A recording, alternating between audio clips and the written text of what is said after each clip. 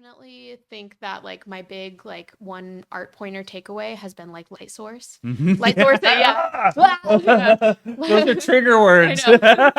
Light source and contrast. I think Yeah, those were yeah. the two things that my art Mhm. was like really, I mean, among many other things. Yeah. And still was really lacking. Yeah. But I think those are the two like big learning points. Hi, I'm James Kerr. I'm a tattoo artist, musician, and a trauma survivor. Been on this healing journey for a long time now, and it's led me here talking to you. I enjoy talking about heavy stuff like life, death, spirituality, trauma, and ways to cope with trauma. But it's not all serious. I like to joke a lot too. Welcome to the Fire of Truth podcast. And action. Hi. You need one of those. I do. I need one one of those things that you go, so that way I can line all of these three things up. Mm-hmm. How are you? I'm good. Thanks for being here. Thanks for inviting me to your cool studio. Thank you. Yeah. Yeah. It's been a journey making this thing happen in here. Mm-hmm. And I'm already rubbing my eyes. I think Don't that's cry. a nervous. Oh, yeah, okay. yeah. Don't cry. Don't cry yet. It's a nervous response. I'm doing a podcast.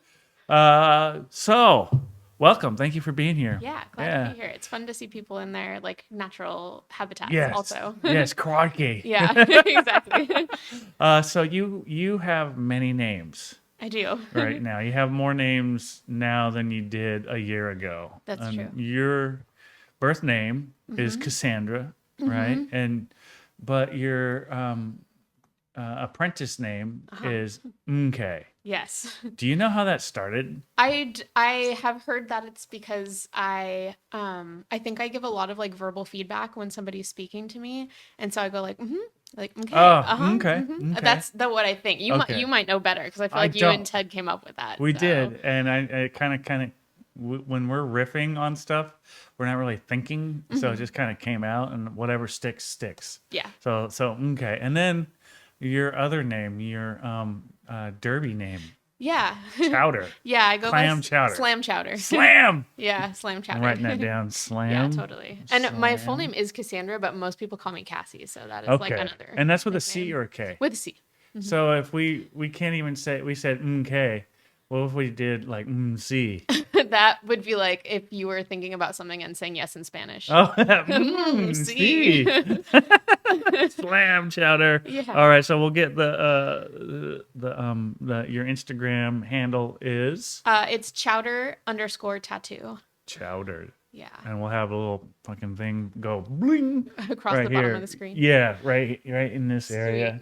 Right. Breaking news. Yeah, Follow me on chowder Instagram. underscore, and that's all lowercase. Yeah, all lowercase. Tattoo on Instagram. Yeah, so if y'all want to find her, that's how you do it, and we'll post that up. Yeah. So, what is it like? My apprentice name was Jaime.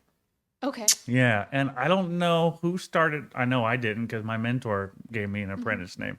And I'm not sure how many mentors do that. I don't know if Ted had an apprentice name besides "Hey, dickhead" or something like. I don't know what his mentor may or may not have named him, but it just started happening. So that's kind of what you walked in on, you know. Yeah. And you're currently an apprentice now. I am. You're apprenticing under Alex Marks. I am. And so what's that like? What's it like to apprentice under him? Under Alex? Mm-hmm. It's been a great experience. Yeah. Alex and I think we get along really well. I think he's the kind of mentor that I really needed. He's pretty gentle with me overall. But I really respect his art, and I really respect him, and he's given me lots of insight into making my art better and tattooing. So. Yeah. It's been fun for me to watch him teach because you're his first apprentice, and to just see him kind of like shine in that way has really been fucking awesome. Like seeing him come alive and like take that role. Because I know for me, becoming a mentor, I have to adopt I have to wear a bunch of different hats, you know, because it's like an educator persona. And like on. Life coach. Yeah. And, you know, trauma coach, you know what I mean? Like all of these, not just teaching someone the logistics of how to tattoo, but also like teaching them the lifestyle, the kind of, because this tattooing thing is a lifestyle, really, ultimately. So it is kind of a weird question to ask, and I get it, but your biggest takeaway so far? I know you're tattooing, you're actively tattooing on people you know I now. am. Yeah. Yeah. And people I don't know. And Also. people you don't know. Yeah. People I don't How does know. that feel? It's terrifying. Yeah. Yeah. Still is for Yeah. me too. 20 years later, someone that walk in the other day, that was the seahorse skeleton. Yeah. The one with Scared the like shit out of traditional me. tattoo style. Yeah. And I was like, I don't tattoo that way. Oh, seahorse skeleton, I could do that. As soon as it was like some sort of skeleton, it like triggered my safe mode. Yeah, that's what I call it, like when I feel safe. Yeah. Yeah, so just so you know, that's still a thing 20 years later for me. Yeah. I can imagine. I mean, the permanency of what you're doing is, I'm sure that you are confronted with that every time you start a tattoo. Yeah. Like, I totally get that. And it does help to tattoo on people you know. I mean, that's scary too, because I'm like, in a different way. I know you're kind of doing this for me. Yeah. Plus people want cool cheap tattoos when you're an apprentice. But then I also have to look at it all the time and like know that they live with that, Yeah, exactly. So. I tattooed my wife a long time ago with a guitar string, sharpened guitar string, fucking ghetto. And it was the first tattoo I did on anyone else. And I've seen that thing for the last almost 30 years now. So I know how that's a good thing of knowing how your tattoos age, like That's tattooing on somebody. So that way in like 5 years, you'll be able to see it and be like, okay, so this is why and your style will adopt over time. Yeah. So your biggest takeaway? I feel like I have like a couple different sort of like approaches to this question. Great. Give them all to me. I think I've never like had formal art training. My mom is a great artist and she has some formal art training. And so I feel like I've learned a lot from her, but having like a human who's not my mother, like tell me about my art and like what I should be doing and just how to like see the world. Both Alex and Ted do that, and you and everybody at the shop has been, I think I've grown a lot from that. So like having teachers and then also having like community around art is not like art has always been a really solitary thing for me. So that's like totally new and fun. And I love that. Yeah. And I definitely think that like my big like one art pointer takeaway has been like light source. Light source, Those are trigger words. Light source and contrast. I think those were the two things that my art was like really, I mean, among many other things, and still was really lacking. Yeah. But I think those are the two like big learning points for me. I love that. That's really good advice. For me, because what you just said just reminded me. Obviously, I just got triggered by the words light source. I think every episode we've been triggered by that. Alex does that too. But no, it's perfect. That's perfect. And contrast too. Contrast can mean, the difference between light and dark, where your light source is. It also can mean textures. So smooth versus rough textures can mean thematic contrast too. So like scary versus beautiful, like ugly versus pretty, like skulls and roses. Yeah, or like artifice versus like organic stuff. Yeah, exactly. So the contrast is everything, and I think that's great. It's a great point. So speaking of good advice, what like say you met someone right now that's in your shoes that a year ago. Maybe we can paint this question like this. What advice would you give yourself a year ago? I think that you do not underestimate the emotional and time commitment that it is to be an apprentice. That was a huge wake-up call for me. I think I thought I could sort of work tattoo into my life in a way that I could like kind of keep my like other job and do this art thing on the side.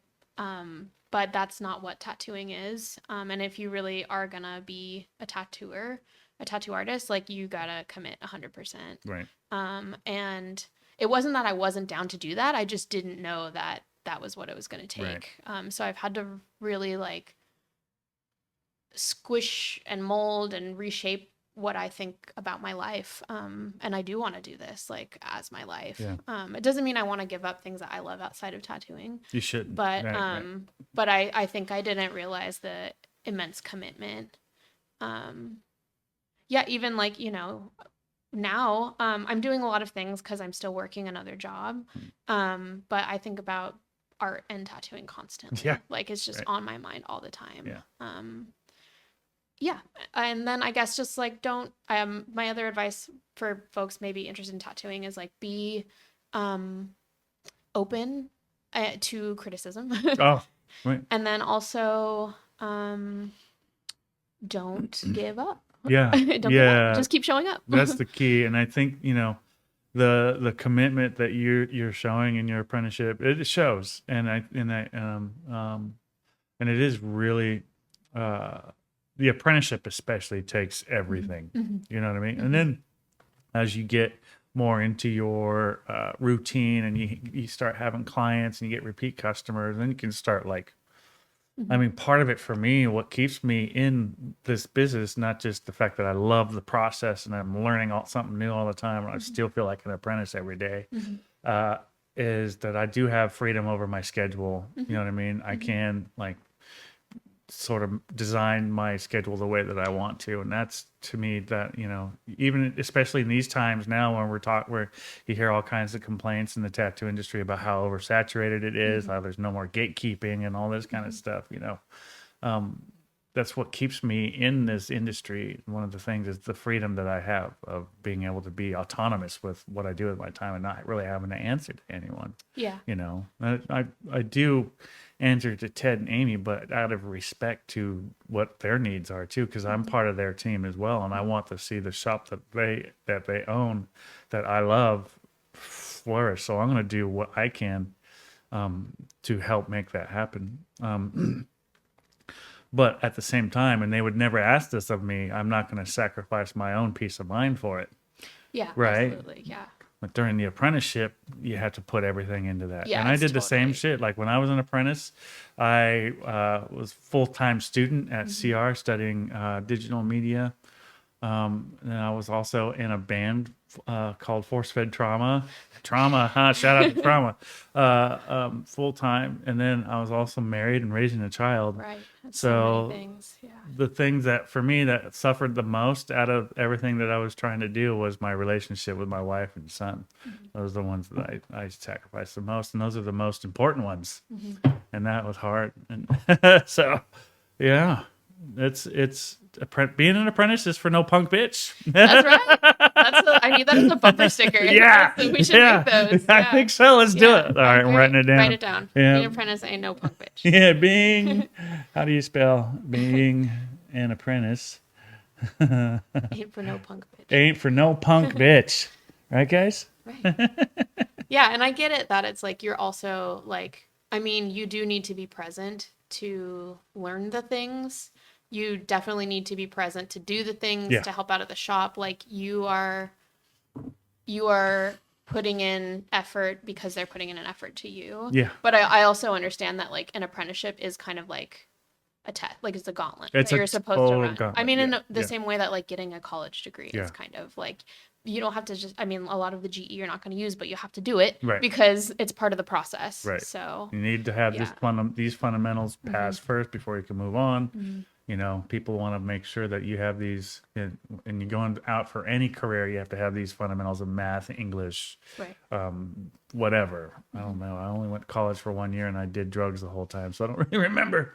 And it's just like an exercise in discipline. Yeah, like, exactly. Are you going to show up for class? Right. Like, are you going to do your homework? Right. Yeah. How disciplined are you? How committed are you? And how's your stick to itiveness? Right. Yeah. All that is important. Yeah. All that's important. I forgot to do the traditional. Do you want an Altoid? Oh, no, I'm okay. Thank you. Oh, am I supposed to take one? No, you don't. Okay. I feel like I'm going to like choke on it or something. Yeah, I know. Yeah. I know. That's part of why I wanted to quit nicotine lozenges. Is like I've been 10 years without choking on one of them. And now the Altoids are just... Now the Altoids they're smaller. Okay. So I have more of a chance. More chokeable. I'm not working it now. Well, I don't know the Heimlich, so if you do that here, this is it, James. I'm just running that way. Just out the door. Yeah, into the street. Yeah, exactly. Get hit by a car and just end it quick. Better than choking to death on an Altoid. Maybe I'll survive though. Maybe it'll knock the Altoid out of my That's throat. true. If you get hit right here. And then I make some money and I can get out of debt. This is the This plan. sounds This like is a good plan. scheme. Wow, dude, you guys don't steal. This is my idea. All right. Hi, this is James. Thank you so much for watching and listening to this podcast. If you're watching on YouTube right now, do me a huge favor and give it a like and subscribe to the channel. If you're listening to whatever platform you listen to podcasts on, you could rate it, you could review it, you could share it with a friend as well. That would help me out a lot. Either way, thank you very much. All right, so great. I want to know a little bit about your history, like where you grew. Where did you grow up? I grew up mostly in the Central Valley. Central Valley, Not anywhere very exciting. Of California. Yes. California. Yeah, California. California. Yeah, I grew up in the Central Valley. What was that like? It was pretty tame. Yeah, nice. Yeah, it was pretty tame. I lived mostly in the Central Valley. My dad and mom separated when I was pretty young, and my dad was in Oakland, and we were like an hour and a half outside of Oakland, my mom and I. So we did this sort of like, I don't even know I don't even know how to describe it. My parents separated, but they didn't divorce. So my dad would like come home on the weekends to the Central Valley. Right. And we also spent a lot of time in Oakland. So that was like, that's kind of where my roots are. Oakland's cool. I like that place. I hung out there a little bit when I was a young adult. Yeah, it's pretty awesome. And it is. What brought you to Humboldt? School brought me to Humboldt. Also at Humboldt State. I came up when I was 18. I started right out of high school.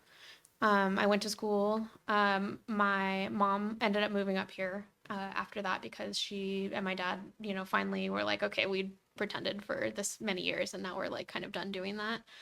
So she came up to where I am. And that's how she ended up in Humboldt. And I've kind of sort of been here ever since. I like left for a little bit to live in the Bay.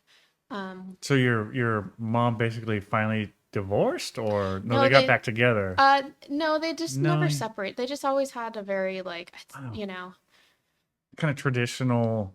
Yeah, I think I have older parents, and I think that they were at a phase in their life where they just were like, there's not really any point in us divorcing, and like we share a child, and like my family owns a business. My family owns Walden Pond Books in Oakland. Okay. And so there was a lot of, like ties to the bookstore that were just going to get complicated if tax reasons and all that. Yeah, I'm probably sharing too much, but but they also like, I wouldn't say they had a cordial relationship, but I think there was always still deep love there, even though they kind of fucking hated each other. Right.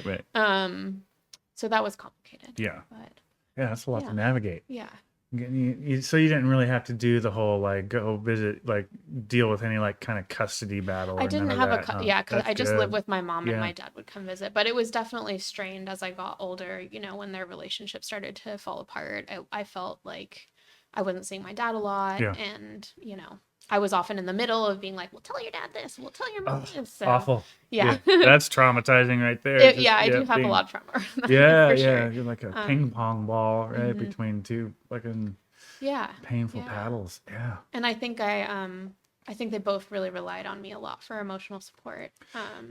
Which was a lot as a child. It is, because now you're parenting them. You're basically reversing roles and trying to keep them like, okay, you guys are okay, so I'm okay, right? Which is where all my people pleasing tendencies come from, because I'm constantly trying to just like smooth shit over because I'm terrified of conflict. Yeah, same. I feel like for different reasons, but similar outcome for me too. Like if I can make people laugh, then I know I'm safe, and I think a lot of people, especially comedians, I think feel similarly too. It's like, you have control of the situation if you're like, Yep. Because, if I don't have control of the situation, then it's dangerous for me. And there's this whole thing when it comes to like studying trauma and all that you learn about your providers, and there's this we are born as infants super underdeveloped compared to most of the mammals in the animal kingdom and most of the primates even too. So it's a literal, like, to our nervous system, we are born with this imperative. We need to maintain our attachments to our providers or else we die. Right. What happens when you leave a newborn out in the trash? It dies. It dies, right? Yeah. And so we are all born with that need for that connection and for that connection to be maintained. And we carry that through our whole life. That's not a need that goes away. That's something. And so what trauma is, it isn't like, oh, this bad thing happened to me, or oh, I was neglected. Right. It is those are what causes the trauma. Trauma is what happens to our bodies, to our nervous systems, as a result of what happened to us or what didn't happen to us. So being neglected or being ping ponged back and forth between two opposites of a emotional magnet is, changes the wiring in your brain and your body in order to, so you modify your personality as a kid in order to maintain these attachments, because you have to survive. Yeah. Right. Yeah. And then we Absolutely. carry that over into our adult lives as traits. And then for me, I speak for myself. For me, it became PTSD, became generalized anxiety disorder, all these kind of things that I got diagnosed with as mental illnesses. These were just adaptations. Right. These are states that I developed as a kid that became traits in my personality over time. People pleasing is one of them for me too, because of my anxiety stuff. Now I get it. That's very powerful. I'm glad you brought that up. I just went on a little rant there. No, that's okay. Yeah. I mean, I think that's all like, I mean, it's helpful for me. It's validating. And like, I have been talking about this in therapy, like with my therapist too. Yeah. Same. And so my response to something that like maybe other people don't think as like triggering, is larger than perhaps other people think it should be because of my like past experiences. Right, exactly. And what other people don't understand is how you grew up and most people don't. This is kind of relatively new. Trauma isn't new. Studying trauma and the way we're talking about it, the conversation is becoming more and more prevalent and normalized. Yeah, which is awesome. And Yeah. I'm here for it. That's one of the main reasons You're why part of it. You're doing it. Yeah, I'm doing it right now. Yeah. One of the main reasons why I want to do this. And you're doing it right now too, which I thank you for. But yeah, I kind of, being old, I kind of forgot what my thought was. So we'll come back to that. I think, that's okay. I think we were just talking about my upbringing and stuff. Yeah, and just having to adapt. And I think the point is, it's not your fault.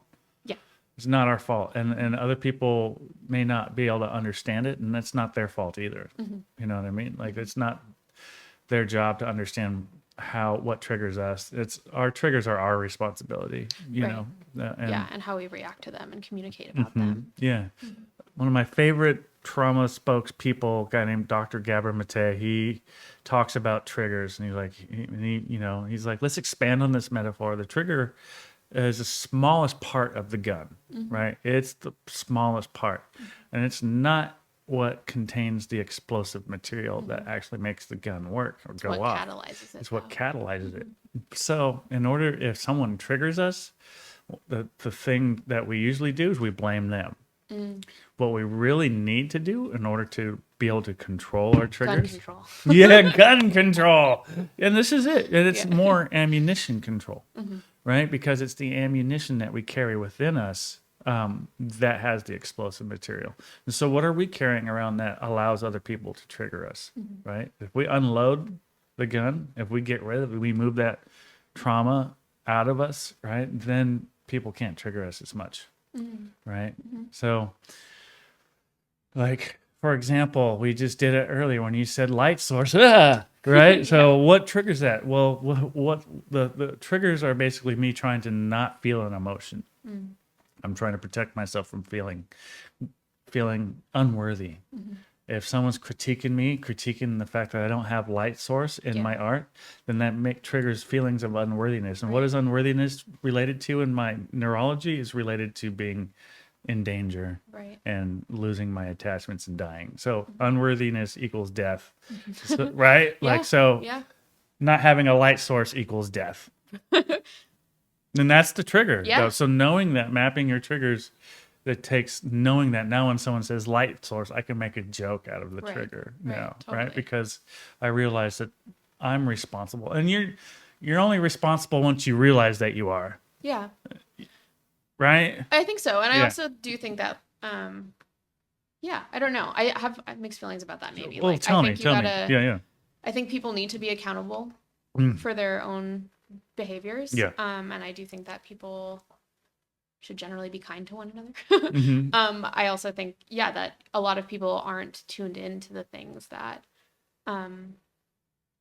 trigger them because they don't have access to therapy or conversations about mental health. Right. So I think, there's like multiple things happening. Yeah, I agree. It's like one of the things that I learned in my trauma coaching school I went to was like, self-parenting is a good thing, but not everybody, you got to be ready to do it. You got to be ready to take responsibility for all of your wounded parts, for all your little like pain. And have the tools to like deal with that. Yeah, exactly. And if you're not ready, you're not ready. And it's like, I guess for me, like I blamed my dad for all the shit that bad happened to me, because there's definitely an accountability he took and that I needed to give him.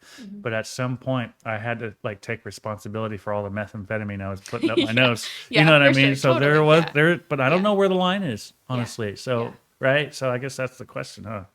Where's that line? And I guess for me, it was like when I realized that, oh shit, I did that shit to myself.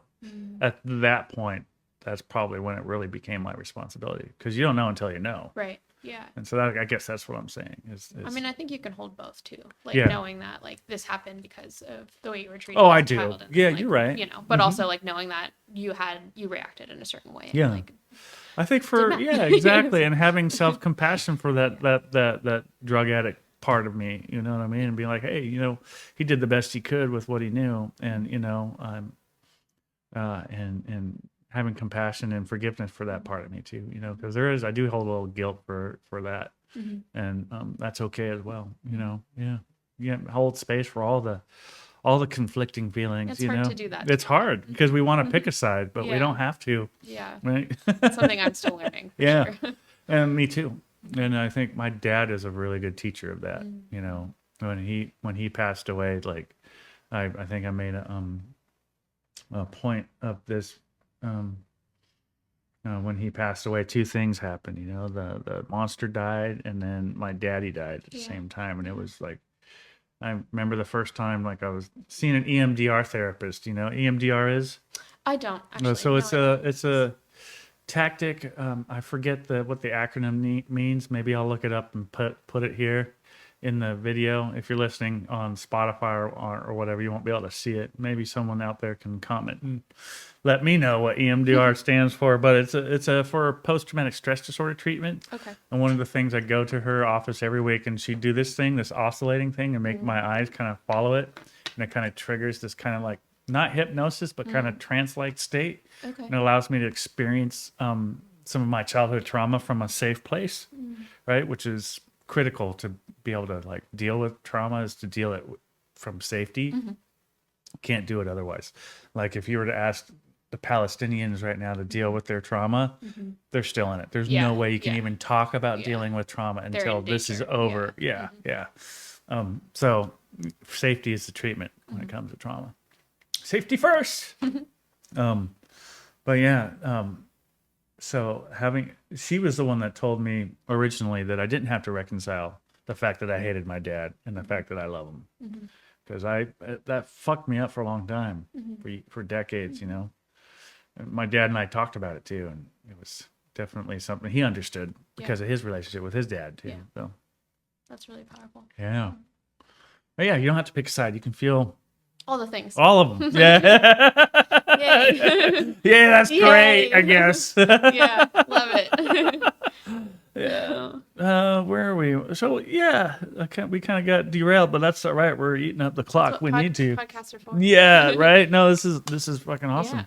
What got you into art? Why art? That's a good question. I think that both of my parents had a really great appreciation of art. My mom is a great artist. I don't know, she just dabbles in all things. She's great at watercolor. She can render like nobody's business with a pen or pencil. She quilts. She decorates beautifully. She just does all the things. And then my dad has just always had an appreciation for art.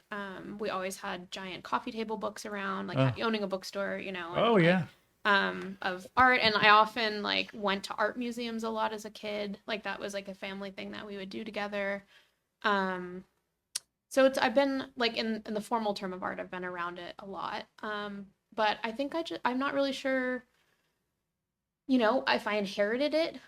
I don't know where art comes from, but I mean, I have, entire catalogs of my drawings from 3 years old on. So I've been drawing all my life. And I mentioned earlier that it's always been kind of a solitary endeavor. Yeah. You know, a way for me to escape and process emotion and create beauty and et cetera, et cetera. But it always felt like that was all it was going to be for me.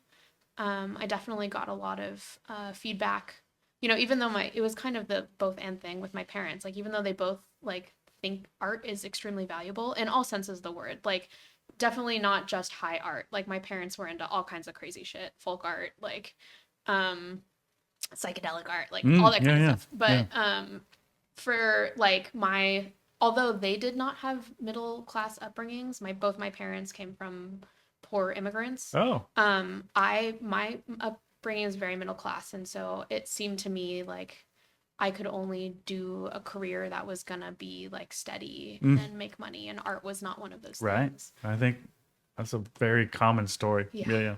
So that was like, I could have studied art in college, and I didn't, because I was like, I'm never gonna get a job with that. Right. And then I had a lot of life changes. I'm 31, and I had life changes happen, which we can get into. Yeah. But I started working a remote job, which freed up a lot of extra time for me. Are you talking about your parents? No, this is I'm sorry. This is like me endeavoring into tattoo. Oh, yeah. So like things were happening in my early 30s, late 20s, and I was working remotely, and I was like, I've always loved tattoo. Like I was freshly 18 getting tattooed. Yeah, you know, right. I thought it was so cool and subversive, and it's like underground, like pirate, like punk rock, right? Yeah. And even though I'm like a teacher's pet, like perfectionist, little like grade A, you know, student, like I loved getting tattooed. And right. I wanted to be part of that world. I'm sure that sounds kind of cliche, but I thought it was cool and badass, and and anyway, so all that to say, I was like, now's the time if I want to like try something, like maybe I can make a career out of something that actually makes me happy every day. And that's when I started. I did my apprenticeship when I was 29. Yeah. And I started, I got my first tattoo license in my 30s, like 30, when I was 30. It doesn't seem that unusual. No, I'm 50 now. This is the only job I've kept this long. Yeah, it's not that unusual. Yeah. I mean, I'm really jealous of like people like Alex, who was born into it. You know what I mean? Like, he already has like 12 years of experience. He's like 28. Yeah, right. So that's fucking awesome, and that's rare. So you know, to have a family of tattooers and to have that. And what's cool is being in that environment too, though, right? Like I feel like you just said it. Like we have a whole community of artists that we're part of, and that's inspiring, and it does push us to be better at what we do, and fucking love it. Yeah, it's awesome. And so I know that your story about what brought you to NorCal Tattoo, to a certain degree, it was kind of like a random thing. But then there was something like you baked some bread. Yeah. Right? Tell us that story, how you landed your apprenticeship finally.